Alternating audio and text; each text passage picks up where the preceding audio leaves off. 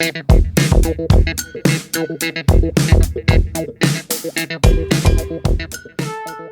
guys, what's up? This is Max Davis, me once again. Welcome back to the movie review, aka After I Saw. This time, it is going to be on The Bad Guys 2. Now, just like the title suggests, this is the sequel to DreamWorks' The Bad Guys, which is based off a series of books, so yeah, it would make sense why it would get a sequel. In this movie, the bad guys are trying to live the good life, but it's been hard for the world to accept them as good guys just due to the fact that they did some pretty crazy things to make them want to kind of still just not sure if they fully trust them, specifically with the commissioner played by Alex Bornstein, who trusts them the least. And they get framed for a heist, and eventually they find out that this heist is being run by a group called the Bad Girls, who want to use them for their own heist, and it might cause them to kind of completely ruin their chances as being fully accepted as good guys. And of course, you know, they want to try getting out of it, but then, well, you should know how it is. It's very simple. The first movie was simple enough. And I really enjoyed the first movie, and I just so happened to own it on 4K. I did rewatch it. Yeah, it's still a lot of fun. It knew exactly what it was trying to be, and it had a really good message behind it, which is something that I was very pleased by. And of course, DreamWorks would manage to do even bigger with Puss in Boots: The Last Wish, the exact same year, of course. So yeah, it makes sense why we get a sequel, because this is based off a series of books, like I mentioned before. And yeah. Just like the first one, I had quite a bit of fun with this one.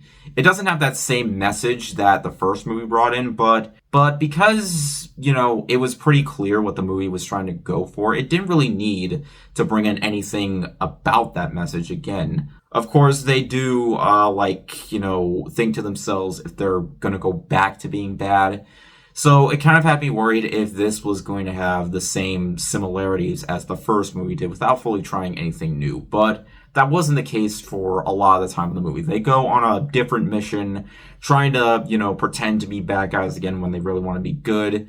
And throughout the majority of the film, I was just having a really fun time. Because the thing about these movies is that they're very quick, and because we learn a lot about these characters instantly, it's very basic, but these characters manage to bring so much charm to the movie that it's great to see them again. And there are often times where, I kind of felt bad with the fact that they're trying to be good, but the world isn't sure if they trust them again. And there's a part later on in the movie, I'm not going to spoil, that really had me connected.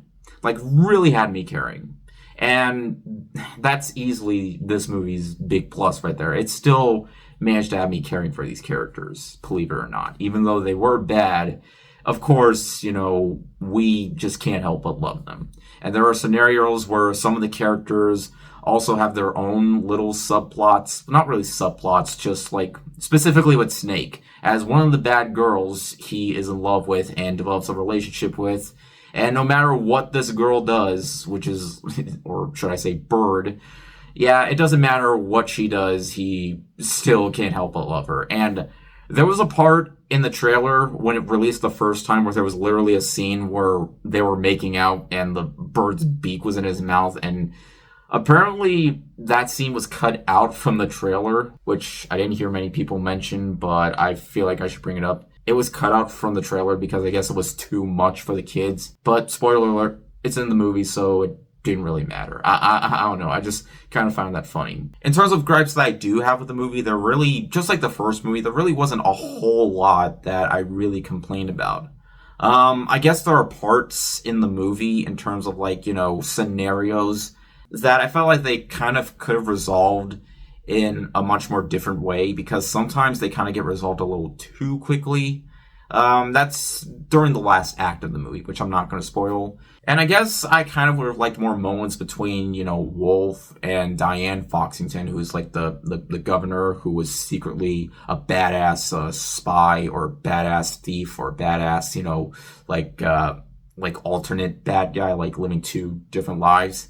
They had really good chemistry in the first movie. I kind of would have liked to have seen a little bit more of that here. However, there is a part in the movie, again, no spoilers, that it kind of makes up for that. So, yeah. And even though it doesn't have that same type of vibe that the first movie had when it came to its meaning, it's still pretty clear what the movie is trying to go for in terms of the meaning. And hey, you don't have to enjoy it for the meaning. You can just enjoy it for being an all-around fun time. If you enjoyed watching these characters the first time around, then you should definitely go out and see this one.